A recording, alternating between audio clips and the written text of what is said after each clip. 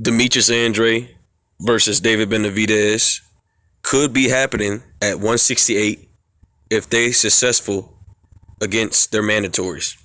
Let's talk about it in this video.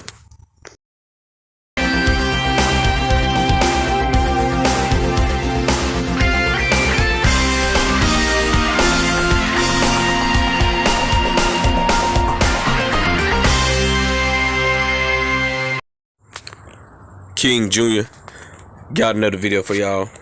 So it looks like Demetrius Andrade and Benavidez could potentially happen. We know that they have some fights coming up. We know Demetrius Andrade is moving from 160 to 168, and he's looking to fight for a mandatory position for the WBO within Zach Parker.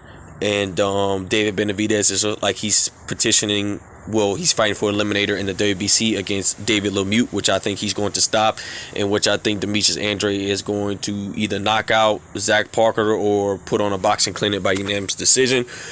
With that being said, this is a perfect move for the two of them, because if you guys decided to fight each other, it puts you in the position to fight Canelo Alvarez. Now, it might not put you in the position to like a super mandatory spot. Well, it will, but who knows what Canelo Alvarez is going to do from here on there.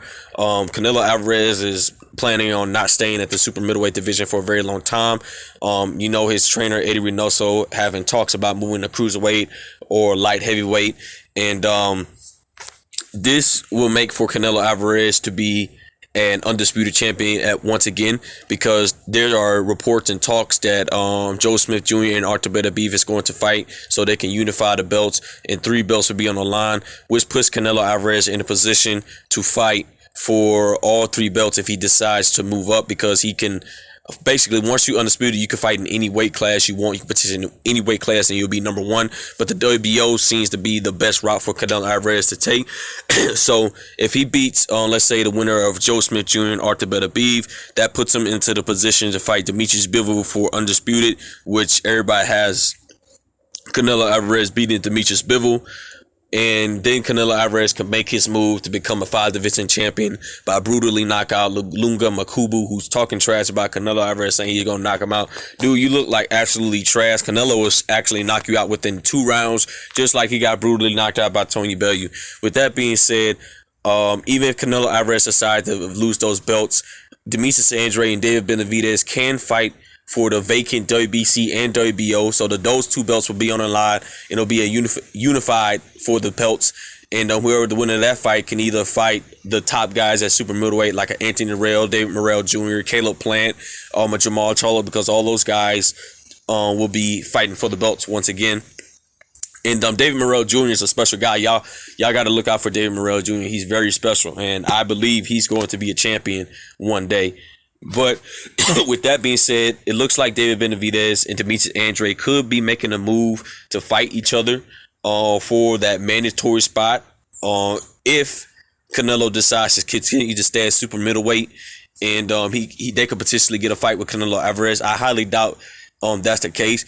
Canelo Alvarez is seen to be making a move to fight Jamal Charlo for $50 million. The PBC gave him a huge offer, and we don't know if Canelo Alvarez is going to take the fight. Eddie Reynoso says it seems like a popular fight that everybody wants to see.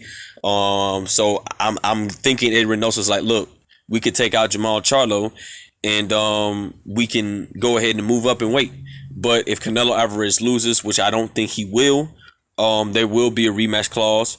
But Jamal Charlo loses, there won't be a rematch clause for him. I don't think either way it goes.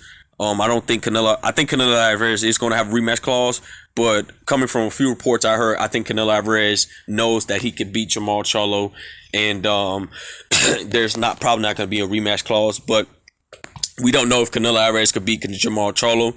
But I am confident that Canelo Alvarez can beat Jamal Charlo because Canelo Alvarez trains like he has nothing. He trains like he first started out in boxing. He eats, sleep, and breathe boxing. So he trained like he has nothing. Canelo Alvarez has the mentality to be a great boxer and beat all these tight fighters.